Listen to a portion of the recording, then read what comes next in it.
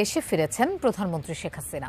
বিমান বাংলাদেশ এয়ারলাইন্সের একটি ভিভিআইপি চার্টার্ড ফ্লাইট প্রধানমন্ত্রী ও তার সফর সঙ্গীদের নিয়ে রাত 8টায় ঢাকার হযরত শাহজালাল আন্তর্জাতিক বিমানবন্দরে অবতরণ করে।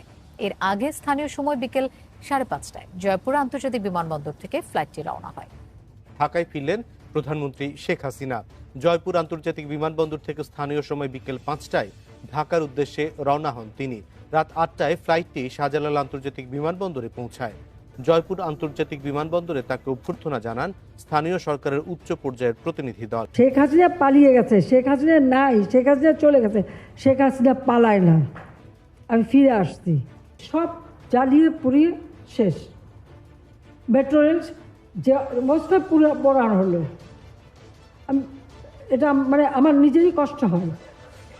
আর যে ক্ষতিগুলি হয়েছে এবং কারা করলো, এটা কোনো রাগ ডাক ব্যাপার না।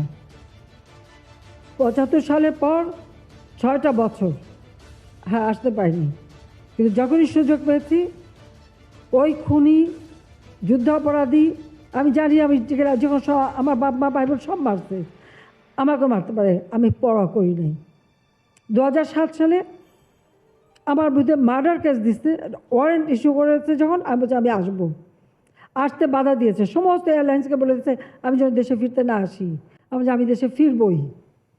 আমি ফিরে আসছি, আমাকে থাকতে হবে, মানুষের পাশে থাকতে হবে।